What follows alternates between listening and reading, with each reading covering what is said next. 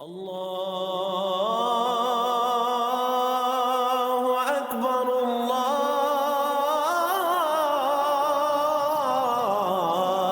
اکبر۔ اعوذ باللہ من الشیطان الرجیم، بسم اللہ الرحمن الرحیم۔ فکر اقبال میں تمام ساتھیوں کو خوش آمدید کہتا ہوں۔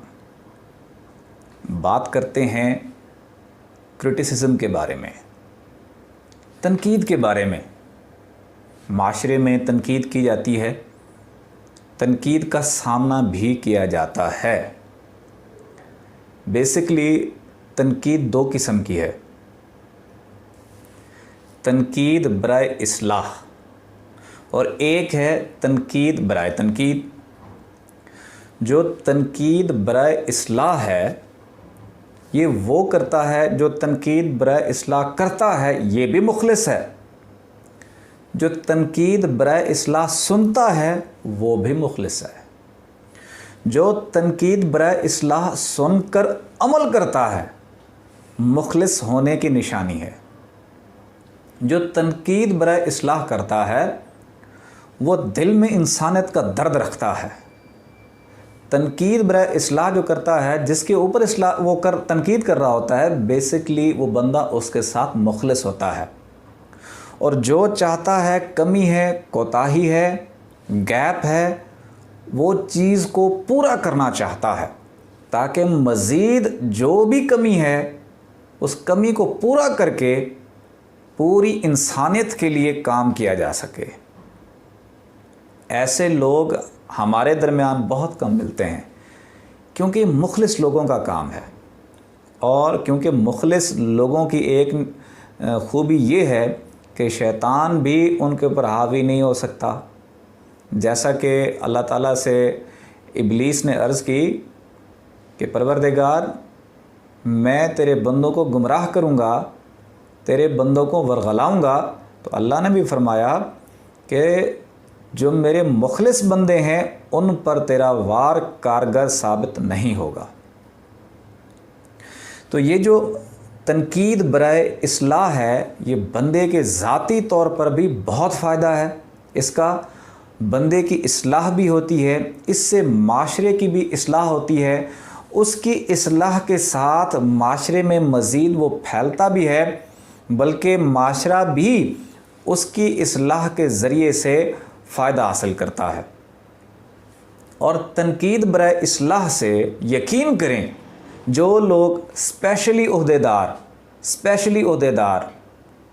یہاں سے پنڈی سے کراچی تک جو بھی عہدیدار ہیں، اگر یہ لوگ تنقید برائے اصلاح سن لیں تو یقین کریں یہ دنیا پر چھا سکتے ہیں، پوری انسانیت کے لیے کام کر سکتے ہیں، انسانیت کے لیے فائدہ مند ہو سکتے ہیں، بے ضرر ہو سکتے ہیں، ہر ایک کو خوش رکھ سکتے ہیں۔ ایک ہے جو کہ تنقید برائے تنقید ہے، ان کی نیت میں فتور ہوتا ہے، ان کے اندر جیلسی ہوتی ہے، یہ دوسرے کی کامیابی کو دیکھ کے اپنی ناکامی کو چھپانا چاہتے ہیں، یہ دوسروں کی کامیابی کے اندر اپنی ناکامی دیکھ رہے ہوتے ہیں، جس کی وجہ سے وہ تنقید برائے تنقید کرتے ہیں۔ وہ دوسروں کے چیزیں دیکھ کر، وہ دوسروں کا کام دیکھ کر برداشت نہیں کر سکتے کہ یہ ہم سے آگے کیسے جاتا ہے، انہوں نے تنقید برائے تنقید ہی کرنی ہے۔ انسانیت کے لیے کوئی شخص کوئی بھی کام کرتا ہے، مشن کا کام کرتا ہے، انسانیت کا کام کرتا ہے، محبت کا کام کرتا ہے، تنقید برائے تنقید والا اس وجہ سے تنقید کرے گا تاکہ اس کو روک سکے، یہ مجھ سے آگے نہ بڑھ سکے۔ تنقید برائے تنقید والا شخص اللہ سے مخلص نہیں ہے، اپنے آپ سے مخلص نہیں ہے، معاشرے سے مخلص نہیں ہے، کیونکہ اس کا مقصد بگاڑ پیدا کرنا ہے۔ وہ یہ سمجھتا ہے کہ مجھ سے آگے کوئی نہ نکلے، میں جو بھی ہوں صرف میں ہی ہوں، فرنٹ لائن پہ میں ہی ٹھہرا ہوں، میرے سوا کوئی بندہ اور فرنٹ لائن پر نہ آئے۔ تنقید برائے تنقید جو شخص کرتا ہے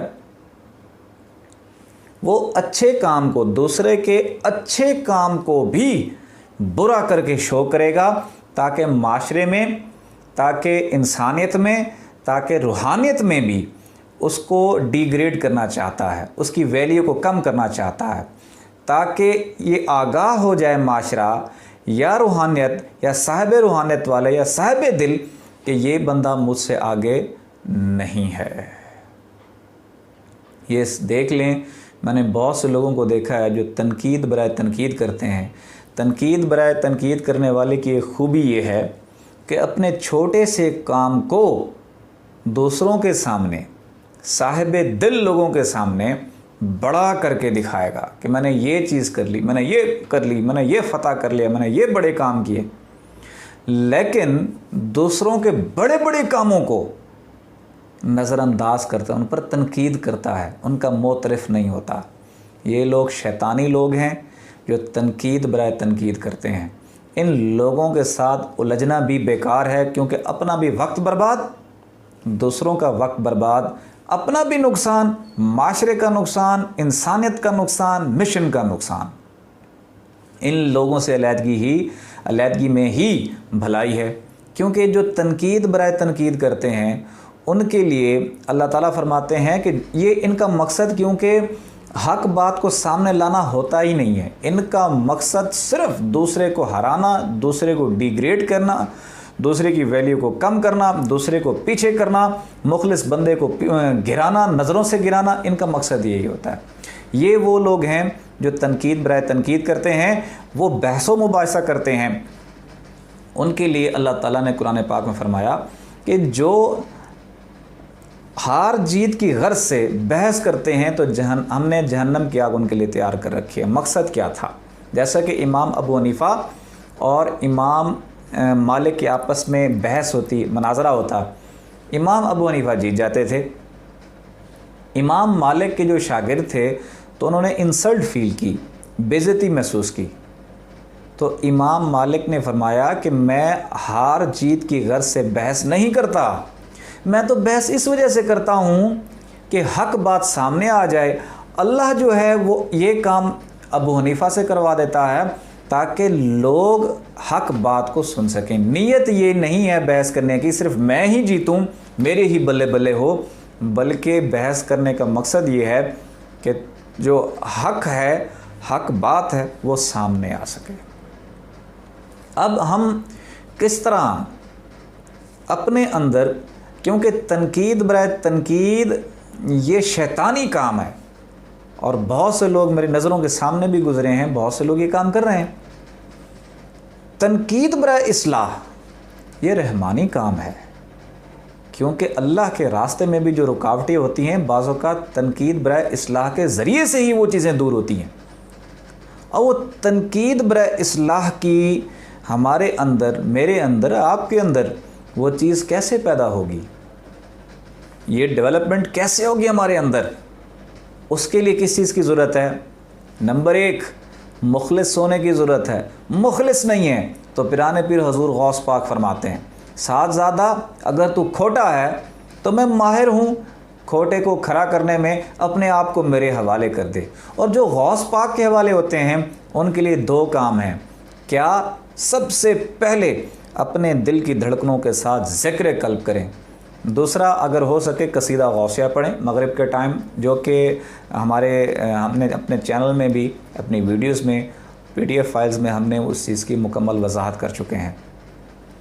جو بندہ ذاکر قلبی ہے، ذکر کرتا ہے، اندر نور پیدا کرتا ہے، اس نور کے ذریعے سے اس کا رابطہ رب کے ساتھ جڑ جاتا ہے، کیونکہ اللہ زمین و آسمان سے نہیں ملتا، مختلف ایریاز میں نہیں ملتا، اللہ دل سے ملتا ہے۔ دل میں اس کو ڈھونڈنے کی ضرورت ہے۔ دل میں جب ذکر کے ذریعے سے نور آیا، اس نور کے ذریعے سے اس ذات کے ساتھ کنیکشن جڑ جاتا ہے۔ جب خدا سے کنیکشن جڑ گیا، خدا سے محبت ہو گئی، خدا سے محبت ہو گئی تو انسانیت سے بھی محبت ہو گئی، اور جب انسانیت سے محبت ہو گئی تو انسانیت پر تنقید برائے تنقید نہیں کرے گا، تنقید برائے اصلاح کرے گا۔ اس کے لیے یہ صلاحیت اپنے اندر پیدا کرنے کے لیے کثرت سے ذکر قلب کی ضرورت ہے۔ آنکھیں بند کریں، توجہ دل کی جانب رکھیں، دھڑکنیں محسوس کرتے رہیں اور ساتھ میں پڑھتے رہیں،